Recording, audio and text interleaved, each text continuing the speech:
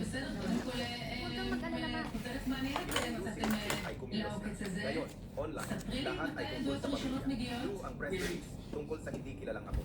אז ככה, במהלך החודשים האחרונים הצטברו ביחידה מספר תלונות מרחבי הארץ שנאספו על ידי חקירת ילדים בצפון וכרטיסי אשראי בסכומים על סך אלפי שקלים.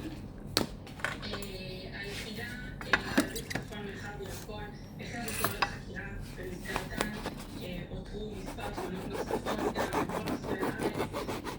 בעקבות כך פנינו, חברת האשראי פנתה אלינו, ראינו שיש פה איזה דפוס שחוזר ובשיתוף פעולה ביחד עם חברת האשראי הצלחנו לאתר את החשוד. שמדובר בבחור בן 26 מקריית ים, בעל עבר פלילי.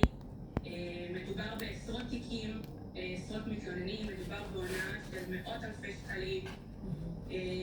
כמה זה איך השיטה עבדה באמת? אז ככה, בעצם הוא היה יוצר קשר עם עסקים ומצליח במרמה לדלות מידע על אזרחים, על פרטים של אזרחים, ובאמצעות אותם פרטים החשוד בעצם היה יוצר קשר עם הלקוח, רוכש את המימון שלו, ובאמצעות מסירת פרטים אישיים של הלקוח הוא בעצם היה אוסף פרטים נוספים, ואז היה יוצא למסע קניות. קנה מכל טוב מה שנקרא, בין מוצרי חשמל לאוכל, טלפונים, בגדי יוקרה. ואיך הוא הצליח בעצם להוציא את הפרטים או פרטים של הכרטיס מאותם בעלי עסקים של הלקוחות?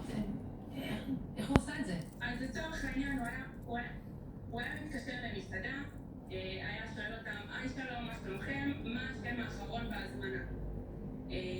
ואז הם היו מוסרים לו את השם האחרון בהזמנה, ופשוט הוא היה מגיע לאותו בן אדם עם המספר טלפון שלו, אומר לו, היי שלום, יש לך עסקה במסעדה הזאת והזאת, העסקה לא עברה, אתה הולך לקבל קוד, מה הכרטיס אשראי שלך, מעביר לו את הפרטי אשראי, ולאחר מכן הוא שואל אותו, אוקיי, עכשיו אני בא את הקוד. מה הקוד? והאזרח בעצם מקבל באמת את הקוד, מוסר לו את הקוד, וכך הוא מבצע את העסקאות. זו פרקטיקה שאפשר לחכות. מה את יכולה באמת לומר לאזרחים ששומעים אותנו עכשיו, כולם